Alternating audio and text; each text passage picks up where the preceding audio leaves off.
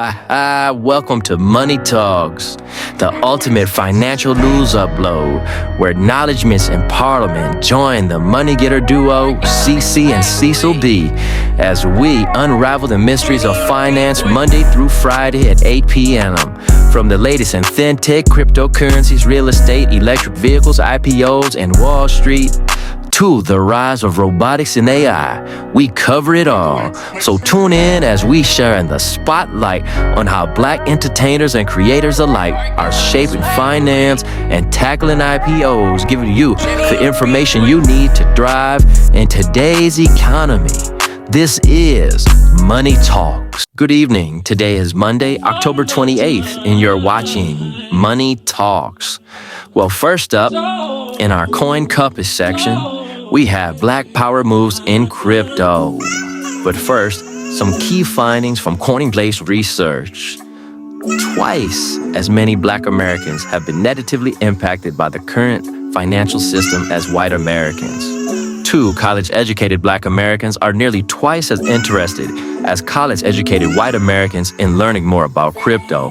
3, the majority of Black Americans believe tech will have a positive impact on society. 4, 1 in 3 Black Americans believe all ethnicities/races have equal access to the financial system.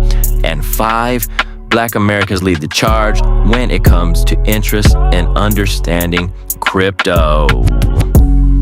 Now, in our survey, 48% of Black Americans indicated that they have been negatively impacted by the current financial system, i.e. banking, currency, stock markets, lending, borrowing, etc., because of their race or gender. 24% of white Americans responded similarly. When broken down by age, 48% of 18 through 34-year-olds and 52% of 55-plus-year-olds have been negatively impacted, indicating that bias in the financial system hasn't changed much over time. Previous studies and historical facts back up these findings. According to a 2014 report from Zillow, Black Americans make up only 3% of conventional mortgage applications, the lowest rate of any racial group. But Black Americans also face the highest denial rate, about 25% versus only 10% for white American applicants. How can crypto correct the inequity of our financial system? Crypto incentivizes people to operate together who normally wouldn't, says Stephen Lakey, founder and CEO of Momentum, a cryptocurrency investment firm. Cultural groups, whether they're religious or ethnic, have positive benefits to participants of those groups. The poor reason there's a benefit is because it's easy to create social trust when things are familiar. Now, the cool thing about crypto is it's trustless technology. The system is neutral. Crypto moves us away from an environment where we need to assume trust in a group before we can do business. With crypto, there's redundant systems that prevent someone from screwing you over. If you're a minority or part of the underrepresented group and you're used to only trusting one type of ethnic group or social group, now you can expand your window. Vernon Johnson, co-founder of Yup, a decentralized social capital protocol and former VP of Columbia University's blockchain organization, agrees. Many cryptocurrency transactions are pseudonymous and don't require the disclosure of your real-world identity, which may ease some of the apprehensions about racial discrimination in Finance 1.0, says Vernon. It becomes much harder to perceive racial identity in a world where people's real identities are obfuscated.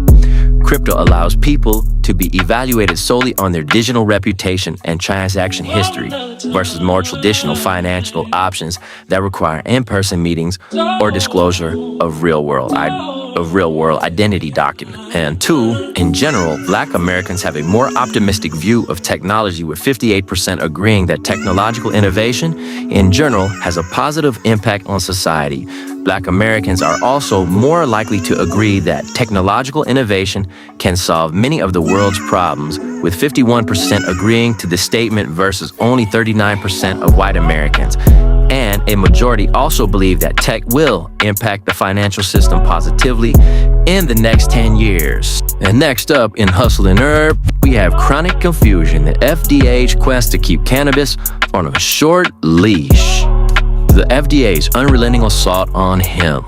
Since its inception in 1906, the FDA has played a critical role in protecting public health, but its history with hemp is one marked by misinformation and stigma. Even today, the FDA has not provided peer-reviewed scientific evidence that supports the claim that hemp or its cannabinoids, including THC, pose a danger to human or animal health. This lack of scientific transparency has fueled ongoing skepticism, particularly in light of the FDA's long history of regulating hemp with an unjustifiable heavy hand. The FDA's decision to impose the 2 ppm THC limit on hemp meal for animal feed seems to reflect a broader regulatory stance driven more by fear than fact. In fact, the agency's reluctance to embrace minor scientific findings on the safety and benefits of hemp perpetuates the outdated notions of reefer madness, the anti-cannabis propaganda film of the 1930s. Here is a timeline of regulatory hostility toward hemp. Now, in 2800 BC, cannabis is listed in Emperor Xianlong's Pharmacopoeia in China.